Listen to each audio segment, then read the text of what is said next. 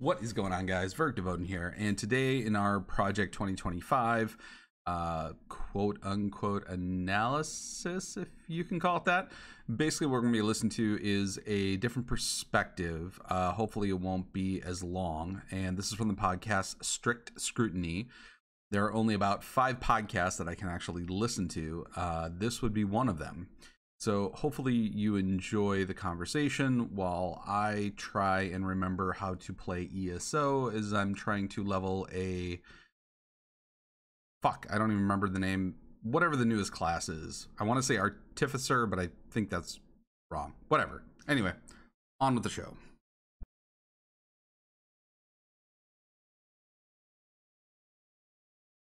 Chief Justice, may it please the court. It's an old joke, but when a man argues against 2 beautiful ladies like this, they're going to have the last word. She spoke, not elegantly, but with unmistakable clarity. She said, "I ask no favor for my sex. All I ask of our brethren is that they take their feet off our necks."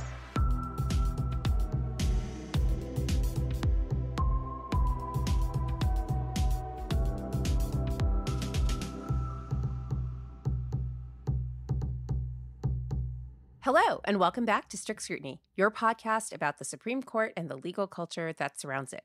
We're your hosts for this segment today. I'm Melissa Murray.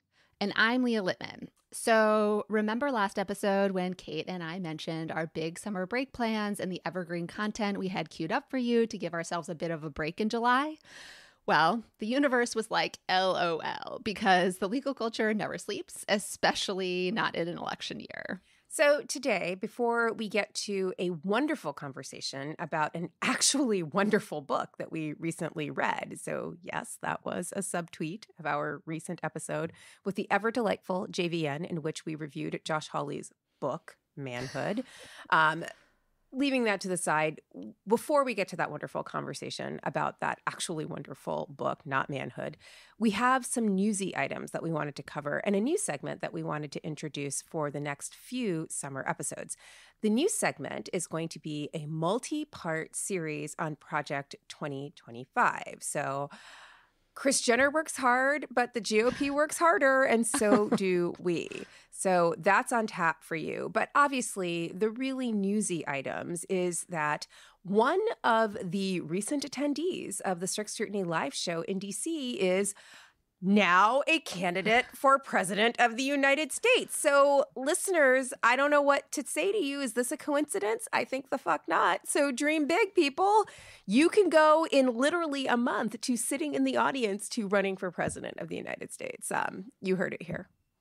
This is the American dream. So yes, Vice President Kamala Harris announced her candidacy for president of the United States after President Joe Biden announced that he would not seek re-election. So we're first going to quickly debunk the suggestion that there is something wrong with the fact that Kamala Harris is now the presumptive nominee for the Democratic Party. And we're also going to debunk any cockamamie theories that might be marshaled to keep her off the ballot in certain states. Like we said, Kris Jenner works hard, but the GOP works harder.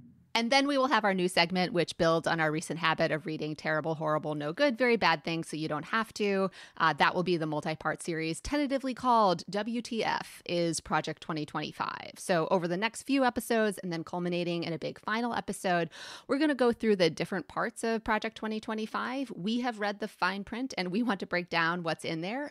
Project 2025 is, at bottom, a plan to use laws and regulations to advance a terrifying agenda, just to do like weird, creepy shit. And in part for that reason, it has a lot of legalese and law terminology that we're going to unpack because we want you to know what's at stake and we want you to be able to talk about that with other people as well. So maybe we'll call the segment Strict Scrutiny Hive on Project 2025, but if you have better ideas, feel free to write in and suggest. Maybe Project Fuck Shit? I don't know. Yeah. That works. It does. But before we talk about a real issue, the absolute insanity of Project 2025, let's talk first about a non-issue, which is the Democratic Party nominating someone other than Joe Biden to be its nominee for president in 2024. The reason why it's no big deal for the Democrats to select someone other than Joe Biden as their nominee is because Joe Biden is not, and was not, when he announced that he would not seek re-election, the actual Democratic nominee for president for 2024. So let me say that slower for those in the audience who are not childless cat ladies. Joe Biden was not, and never had been, the Dems' official nominee for president for 2024.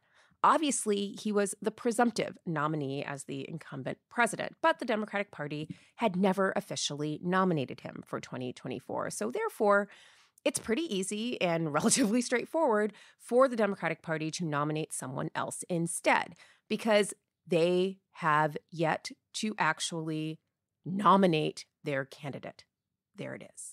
Indeed, by the time we sat down to record this episode, Vice President Harris already became what Joe Biden was, the presumptive nominee. That's because a majority of delegates to the Democratic convention said that they would back her. So bottom line is political parties— That feels very democracy forward, like delegates actually doing that.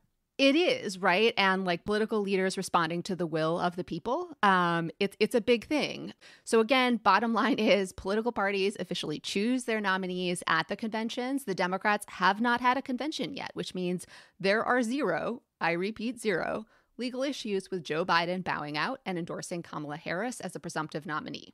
End of sentence.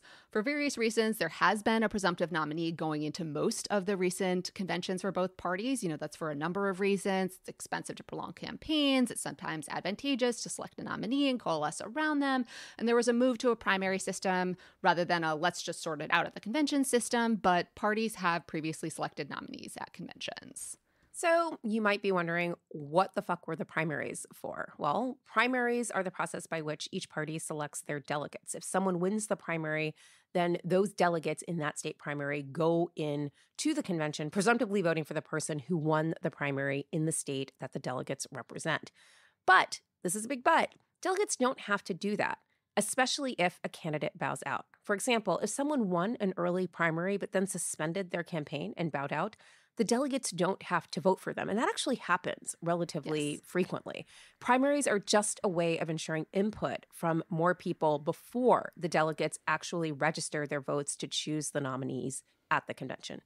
And states set their own rules about who is listed as a candidate on the general election ballot, and the rules provide that after each recognized political party has had its convention or otherwise gone through the process of choosing a nominee, the parties transmit that information to the states, so the major party's nominee appears on the ballot. And again, Democrats haven't held their convention or officially selected a nominee, so it's still up to the Democratic Party to choose their nominee. And there are no deadlines that have passed for parties to identify their nominee who will appear on the ballot. So the Democrats could do a virtual roll call and select a nominee by August 7th, which avoids some potentially looming deadlines. But as we mentioned, Vice President Harris has already secured enough delegate pledges to be the presumptive nominee. And it's been reported by the Associated Press and the New York Times that party officials plan to have the delegates cast their votes between August 1st and August 7th. So that sounds like all of this will be taken care of, and there's literally no reason for you or Mike Johnson to worry. At this point, you're probably thinking, but wait, the Supreme Court does crazy shit all the time. Why wouldn't the court force Biden to stay on the ballot? Well, one, there's a 13th Amendment to the Constitution which prohibits involuntary servitude. You cannot force someone to run for president if they decide not to. I just had the most amazing vision of Joe Biden, like, nobody knows the trouble I've seen. Like, them trying to make Joe Biden run for president. You can't do that. But again, you're right. This is a court and a party that has never really been super excited to enforce the Reconstruction Amendments. So let's just say that there may be other issues you're worried about. So the issues about who can appear on the ballot and whether various state deadlines have been met, these are not necessarily questions for the Supreme Court because they are actually state law issues that should be decided by state courts. Although I know Bush v. Gore was obviously one of those cases where state law issues that should have been decided by state courts were also in play. But again, 0 state deadlines have passed here. So state law gives preferential treatment to candidates named by the two main political parties. And the Democratic Party has not yet exercised its option to select a candidate yet.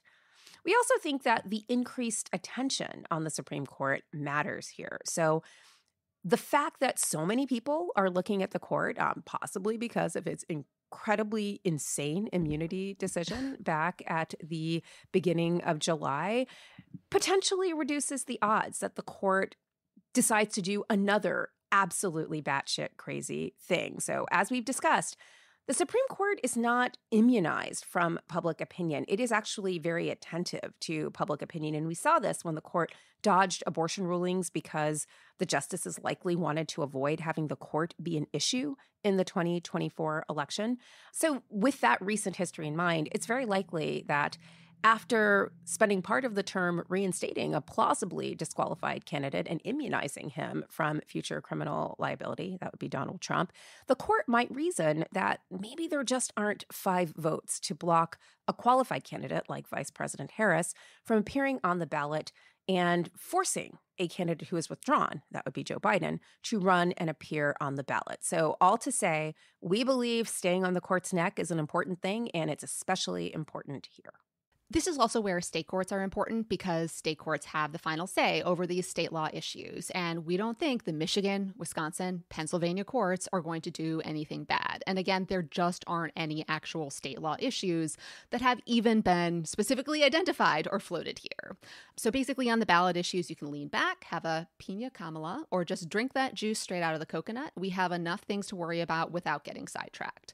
We also wanted to do a quick note on campaign finance issues. So the money that had been previously donated to the Biden-Harris campaign can go to Vice President Harris since her name is on those donations. That would be the Harris in Biden-Harris for listeners who aren't childless cat ladies. But in the event that someone Textualism. Textualism. Exactly. In the event that someone else would have been the nominee, they couldn't have accessed that money. Some Republican lawyers are making noises about, well, can Vice President Harris access the Biden-Harris money? But every campaign finance expert from Campaign Legal Center, a member of the FEC, lawyers who can read, have said the regulations allow people whose names are on the donations and committee to access the money. And even if, let's say, some Republican lawyers filed a complaint with the Federal Election Commission, I think it's unlikely that that would be resolved before the election. I don't think that there's a majority on the Federal Election Commission to do something insane. And going to the Federal Election Commission is how these cases are supposed to proceed, not by going to federal court. And also for similar reasons, as why I don't think the court will Judge Kaczmarek, we're not going to be able to file this in Amarillo. Right. And honestly, for similar reasons as why I don't think the court will keep Biden on the ballot, I don't see the court blocking Vice President Harris from using Biden-Harris money before the election. So we hope that little explainer is helpful for all of you in the K-Hive and all of you who are not in the K-Hive, but who are not yet members of the new super PAC, Lawyers Who Can Read. But we invite you to join us because this reading is fundamental thing is really, really cool, and we encourage you to take part in it. In 20 start speaking ignition technology to our live show, so get to the coconut trees, sent off at Baptist Dancing, made their cashmere sweat by partnering directly with Top Suit Jacket, but in knits.com. Sorry, I try to speed through the commercials, but there's no time markers or stamps to let me know where they are, so I just gotta kind of do it by feel.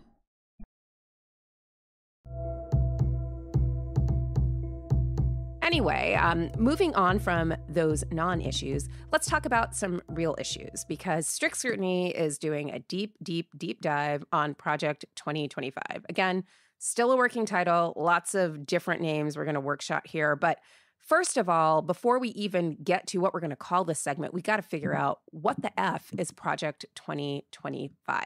Well, Project 2025 is a self-described presidential transition project.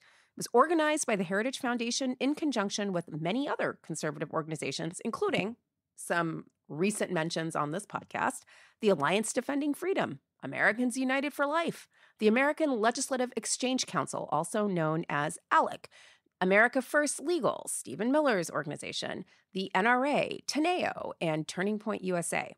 Just to give you a sense of these organizations, America First, as I just said, is Stephen Miller's organization. It also includes Jonathan Mitchell, who's been very heavily involved in some of its legal initiatives. Jonathan Mitchell is the architect of SB 8 and also the individual who argued the disqualification case for Donald Trump before the Supreme Court. ALEC is the organization that drafts legislation for Republican legislatures. And about 2 years ago, we did a summer episode with Grace Panetta, who's now of the 19th, that highlighted ALEC's role in trying to gin up interest in state legislatures for hosting a new constitutional convention that would float a whole bunch of new amendments to the United States Constitution. What could go wrong? Of course, ADF is the group behind the medication abortion case and a lot of anti-LGBTQ litigation. Teneo, you might remember, is Leonard Leo's organization that aims to control all of the levers of power in the United States and to basically make a federalist society for everything. Again, what could go wrong? In true Breaking Bad style, all of the conservative legal movement brainworms are getting together in an RV in the desert to cook up Project 2025. And here's what they came up with. Project 2025 lays out a plan for the next Republican administration to immediately leverage all of the power of the federal government to advance Trump's agenda. The introduction to the document describes it as, quote, the opening salvo, end quote, of the presidential transition project. It is, again, literally a plan for the weirdest people to do the weirdest shit and get their freak on in the federal government, to use all of the massive powers of the federal government to pursue their deeply unpopular policies, abortion bans, contraception restrictions, voting restrictions, letting companies and corporations get off scot-free, tax breaks for the wealthy, you name it. They laid out how they want to and plan to do it in just the first 180 days. And here's a clip of Donald Trump explaining exactly what's going on here. Because our country is going to hell. The critical job of institutions such as Heritage is to lay the groundwork, and Heritage does such an incredible job at that. And I'm telling you, with Kevin and the staff, and I met so many of them now, I took pictures with among the most handsome, beautiful people I've ever seen. I didn't like that picture. If you could lose that picture, please, would you, Kevin? But this is a great, no, he says I won't do that. But so I'm just going to stop it here, because the reason that I'm going kind of backwards in this is because relative to this podcast, we are in the future. And in this future, Donald Trump is trying to distance himself from Project 2025, even though over 150 people from his campaign have contributed in some way directly to Project 2025. So if you are listening to this, the likelihood that you are a Trumper is probably next to zero in terms of getting to this point in the podcast, even if you don't know anything about me or what this is about. So I have to assume that the people listening to this, if you don't already realize what a absolute compulsive liar Trump is, hopefully this will clarify it, even crystallize it even more. this is a great group, and they're going to lay the groundwork and detail plans for exactly what our movement will do and what your movement will do when the American people give us a colossal mandate to save America. And that's coming. That's coming. Now, obviously, this was before candidate Trump recognized that authoritarianism is not a really good campaign platform for reaching moderate swing voters, and then subsequently he disclaimed any knowledge of or involvement in Project 2025. But again, Kris Jenner works hard, the GOP works harder, and we work harder than everyone else. We have the receipts. This fuck shit has Trump world's fingerprints all over it. To wit, there's something like 100 plus Trump staffers and 200 plus Trump associates who are involved in the writing of Project 2025. It is led by two former Trump administration officials, Paul Dans, who was chief of staff at the Office of Personnel Management and serves as the director of Project 2025, and Spencer Cretin, former special assistant to Donald Trump and now Project 2025's associate director. And while Donald Trump has sometimes remembered he should try to pretend he doesn't know what Project 2025 is, last week he called into Fox News and was asked, "What are your thoughts on Project 2025?" And let's just play that clip here. They keep on tying you to Project 2025, which is a 900-page tome put out by the Heritage Foundation. What is your response to what's in it, and what would you like to say about the role it's playing in your campaign? It's a group of very, very conservative people They wrote a document that many of the points are fine. So today, to get the fascist ball rolling, we're breaking down the first part of Project 2025 called, quote, Taking the Reins of Government, end quote. But we'll first note the foreword, which is a promise to America, and it was prepared by one Kevin Roberts. Kevin Roberts is president of the Heritage Foundation. He is also the guy who promised a bloodless revolution if the left allows it. If that sounds hyperbolic and terrifying and weird to you, sorry, he actually said it, so here's that clip. Let me speak about the radical left. You and I have both been parts of faculties and faculty senates and understand that the left has taken over our institutions. The reason that they are apoplectic right now, the reason that so many anchors on MSNBC, for example, are losing their minds daily is because our side is winning. And so I come full circle in this response and just want to encourage you with some substance that we are in the process of the Second American Revolution, which will remain bloodless if the left allows it to be. I gotta tell you, if there was ever a statement for liberals to own a gun and start using that weapon to train with it, that is it. I'm telling you right now, like, this is not a joke to them. This is, to many people, this is a religious calling for them to reform America as a theocracy. Now, most of the people involved from like the Heritage Foundation don't really see it as religious. They see it as more just a way to reinstitute white supremacy. So when I talk on the channel, when I post on the channel about owning a firearm and learning how to use it for your own protection, it is not protection from roaming gangs or, you know, a clown in a storm drain that's stalking you, right?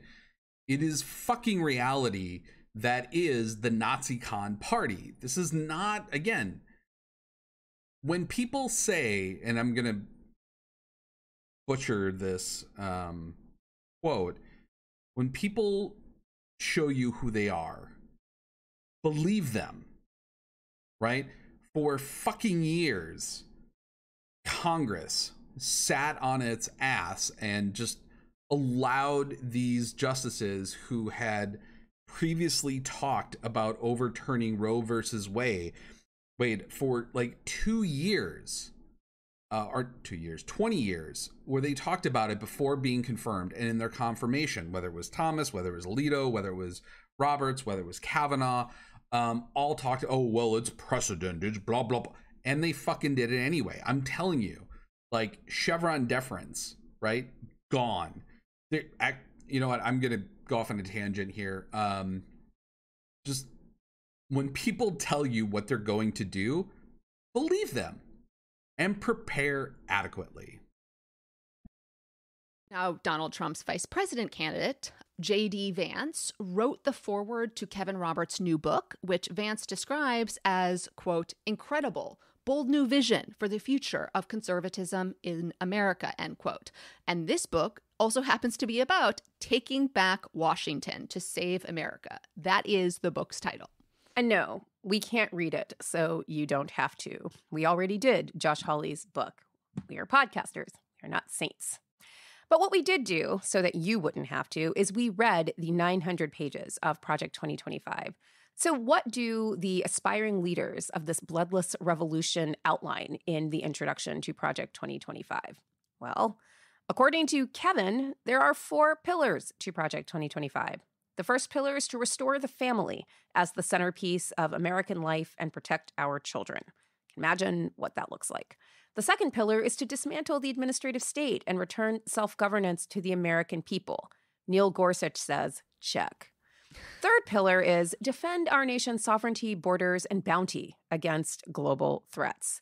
The fourth pillar is to secure our God-given individual rights to live freely, what our Constitution calls the blessings of liberty. Clarence Thomas says, I think that begins and ends with the First and Second Amendments. Check.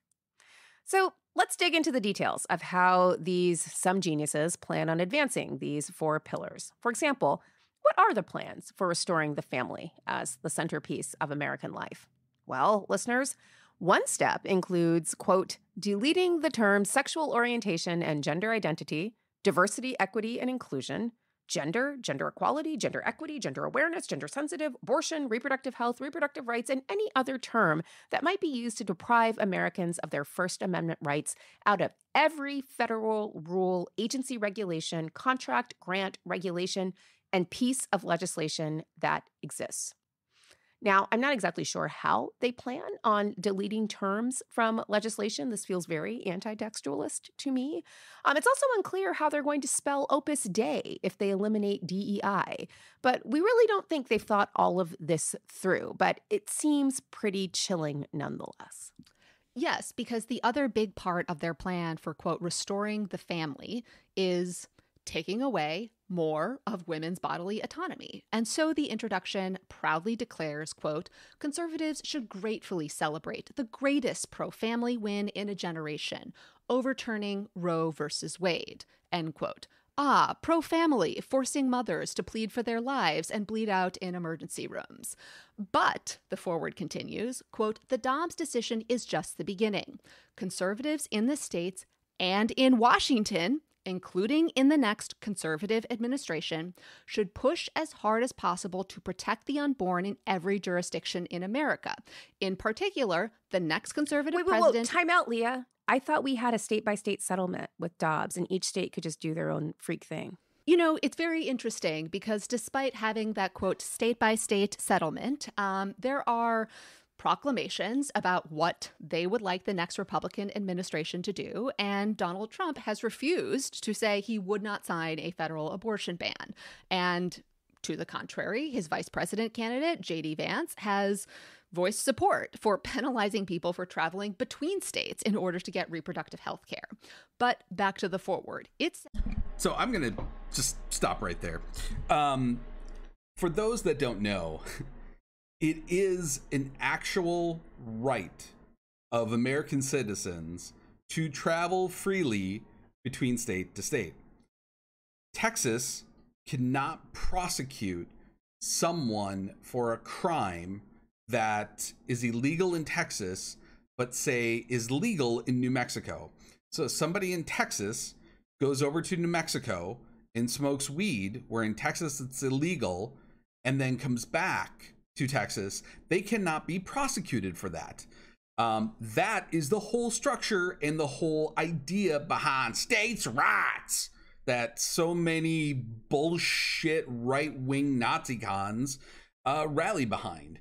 And now that the quote-unquote states' rights over Roe versus Wade is getting pushback, where we're seeing like very conservative, very red states enshrine abortion in their own state constitutional law, now they're going to go to the federal side, which I believe they would have done anyway. I don't think it really would have mattered, but I think the pushback makes them push even harder against it, because in the mind of a fascist, you have to crush all opposition, right? And I don't think when the legal scholars here talk about, I don't think they thought out how they're going to execute these grand schemes. I don't think they fucking have to. If they get into power and they start packing courts and basically firing all civil servants within the government and start, just mass hiring crony yes men, what's going to stop them? Nothing. Well, that or a very bloody revolution. But, we'll see what happens. As, quote, the next conservative president should work with Congress to enact the most robust protections for the unborn that Congress will support while deploying existing federal powers to protect innocent life, end quote. This is them straight up admitting the plan is for a nationwide abortion ban by any means. There's no other way around it. They're saying it right here. So please go talk to all of your white lady friends in the suburbs and inform them about this. A third prong of restoring families is, I'm not even making this one up. A third prong of restoring families is banning pornography. And I just have to ask, what is with the obsession with pornography? Like, I mean, we hear more about pornography from Republicans than we do from any other sector of the general public. I mean, do you remember Josh Hawley talking about pornography in his questioning of Justice Jackson? Oh, I do. So you have nothing to add about why these crimes, why these images, in your view, do not signal an especially heinous or egregious child pornography offense. That's Hawkins. You say in Cooper, I understand the government's argument, but I don't find them persuasive, the fact that there were prepubescent children, from the standpoint of characterizing this as an especially egregious child pornography offense. That's page 58. And how about their plans for advancing liberty, which is another pillar? Well, first, this pillar, it turns out, is a bit of a fake out, since they explain that advancing liberty is actually not about letting people pursue happiness. No, really. They write, quote, when the founders spoke of pursuit of happiness, what they meant might be understood today as, in essence, pursuit of blessedness, end quote. And so these anti-freedom freaks continue. True liberty is about how, quote, our Constitution grants each of us the liberty to do not what we want, but what we ought, end quote. Side note, this is literally the fucking opposite of liberty and freedom. They are describing a world where the government tells you how to live your life, who you can love, whether and when to bear children. And they say irony is dead. And these geniuses continue, quote, this pursuit of the good life is found primarily in family, marriage, children, Thanksgiving dinners, and the like, end quote. The party of forced childbirth rears its head. This is a running theme throughout Project 2025, which may be why it's in the freaking intro. Let's get into the plans for, quote unquote, seizing the reins of the federal government. That's what this section of Project 2025 is actually called. We didn't even make that up. It's literally the title. This is the part of Project 2025 that lays out the plans to turn the federal government, including career civil service employees and agencies who historically have enjoyed some independence from the executive branch, into Trump lackeys. So here's the tea. First of all, Project 2025 outlines plans for the executive office of the president, and these plans include reinstituting administrative pay-as-you-go policies, PAYGO. The PAYGO system requires federal agencies' choices to be budget neutral, which is to say that you don't spend more than you actually have budgeted. You pay as you go. If you're wondering how this might work, well, the Republican-controlled House has a convenient document prepared, and the document is called Understanding Administrative PAYGO. In the document, the House Republicans criticize, among other things, the following Biden administration executive actions because they are, quote unquote, not budget neutral items. And for that reason, they believe that they ought to be precluded by PAYGO going forward. What are these executive actions that are not budget neutral and should be eliminated? 1, student loan bailout. 2, Medicaid expansion. Apparently, freedom isn't actually free, and that's a problem. So some of the biggest changes would happen in what they describe to central personnel agencies. And in this section, they lay out the plan to reclassify a bunch of civil servants working for the federal government as policymaking officials who could be hired or fired more at an administration's or president's whims. So civil servants are people hired under apolitical systems based on expertise and merit and whatnot. That is what Project 2025 wants to get rid of, because as Joe Bluth said in Arrested Development, I hear the jury's still out on science. So eliminating apolitical expert public servants is what it means when the document approvingly notes how, quote, the Trump administration issued Executive Order 1395724 to make career professionals in positions that are not normally subject to change as a result of a presidential transition an exception to the competitive hiring rules and examinations for career positions under a new Schedule F, end quote. A new Schedule F is basically a new schedule for flunkies. No competitive hiring rules and exams or retentions, just flunkies. And again, you don't have to take our word for it. Like Trump's vice president candidate has proposed the same. So J.D. Vance has called for the replacement of, quote, every civil servant, end quote, with loyalists. He has also said he thinks Trump should, if he was giving him advice, quote, fire every single mid-level bureaucrat, every civil servant in the administrative state, end quote. Replace them with our people. That is what he has urged Donald Trump to do. let's just spin this out for a second to see how it would work. Administrative law judges, so those are the folks who used to oversee securities law claims before JARCASI. They also oversee consumer finance claims, environmental claims, Social Security, and more. All of those folks would be replaced by Marjorie Taylor Greene types. That sounds great. This is basically how the federal government runs itself into the ground. This sounds like an actual bag of dicks. I mean, literally a bag of dicks. Yes. Yes. No, it's like literally replacing experts, apolitical individuals with people who have like festival porta potties for brains and mouths.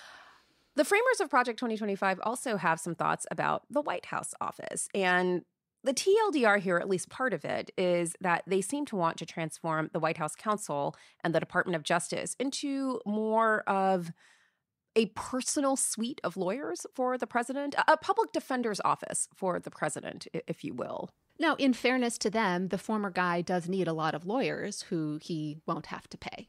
That's true. I don't know if they were contemplating that specifically, but the report does read that, quote, while the White House counsel does not serve as the president's personal attorney in non-official matters, it is almost impossible to delineate exactly where an issue is strictly personal and has no bearing on the president's official function. The White House counsel needs to be deeply committed both to the president's agenda and to affording the president proactive counsel and zealous representation, end quote. I will note this whole fuck shit about how we can't decide what's personal and what's official. That comes directly from a John Roberts opinion. Those Trump versus Vance, Trump versus Mazar cases where he's like, hard to tell what's personal and what's political with the president. I'm like, it's a man, but it's also an office. Oh. Well, also the immunity ruling, like consider this alongside the Supreme Court's recent immunity ruling in the Trump case. Like this document is basically saying the president can ask White House counsel to do pretty much anything, and it will obviously be related in some way to a president's official functions. And recall how the Supreme Court said the president can't be prosecuted for anything falling within the outer perimeter of the president's official duties. You know, like insert evil genius laugh here. Like this is how it all relates and it all comes together because Project 2025 also plans to eliminate the current firewall between the White House and the Department of Justice in order to ensure that DOJ can do and will do more of the president's bidding. And again, remember that in the immunity ruling, the Supreme Court said that any investigative or prosecutorial functions are things the president can't be prosecuted for. So this is literally freeing the president to exert more control over the Department of Justice's massive investigative and prosecutorial functions for which the president would face no accountability. That is what, in plain English, this means when Project 2025 says, quote, the Office of White House Counsel also serves as the primary gateway for communication between the White House and DOJ. Traditionally, both the White House Counsel and Attorney General have issued a memo requiring all contact between the two institutions to occur only between the Office of White House Counsel and the Attorney General or Deputy Attorney General. The next administration should re-examine this policy, end quote. This is how Donald Trump would end federal investigations and prosecutions into him. This is how he would have ended the investigation into Russian interference in the election, by exerting control and issuing directives to all of the lawyers within DOJ. They are claiming the power to do just that and announcing their plans to do so. This is how you get the White House directing DOJ to prosecute political enemies, media critics, and more. So that's basically how it begins, with the framers of Project 2025, quote unquote, taking the reins of government. The slow slide to fascism is off to a great start. So just chew on that for a little bit, listeners, and definitely share it with your friends. Next week. All right, so I'm going to wrap it up there. I'm going to try to keep these shorter if I can. Thank you if you made it this far. Hopefully you learned something. And hopefully you are maybe a little bit more terrified about the potential future of America if you are actually an American. Everyone else outside of China, Russia, almost all the Middle East, like Egypt, Syria, can probably just sit and laugh at us as we destroy ourselves from within with a little bit of love from Russia. So anyway, we'll stop it there, and hopefully we'll be back on tomorrow.